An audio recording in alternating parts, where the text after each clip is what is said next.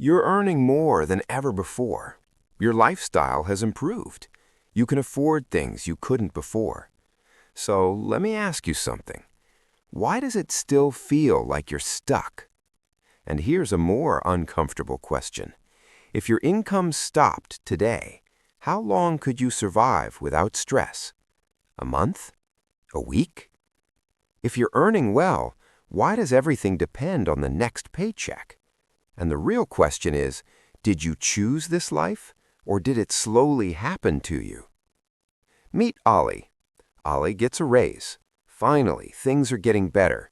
So he makes some normal decisions. He upgrades his phone, buys a car on installments, adds a few subscriptions. Nothing crazy, just what everyone else is doing.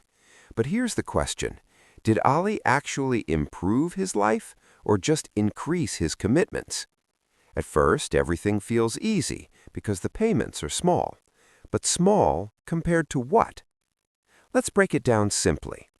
Ollie's monthly life now looks like this: a phone payment, a car installment, subscriptions. Individually, no problem, but together, they quietly take a fixed portion of his income. Now here's the key question. When did Ollie lose control? Was it when he bought the car, or when he said yes to small monthly payments? Here's what's really happening. Your brain doesn't think in total cost, it thinks in monthly comfort. So instead of asking, is this worth $1,000, you ask, can I pay $30 per month? And that small shift is where the trap begins. Now zoom out. This isn't just Allie. This is almost everyone. For the last 30 years, one thing has become easier than ever: spending money you don't have. Loans are faster, payments are smaller, everything feels affordable. But here's the question. If everything is more affordable, why are people still financially stuck? Because you're not buying things anymore. You're buying payments. And payments do something dangerous. They lock your future. Think about it. If most of your income is already committed, can you quit your job? Can you take risks? Can you pause? No.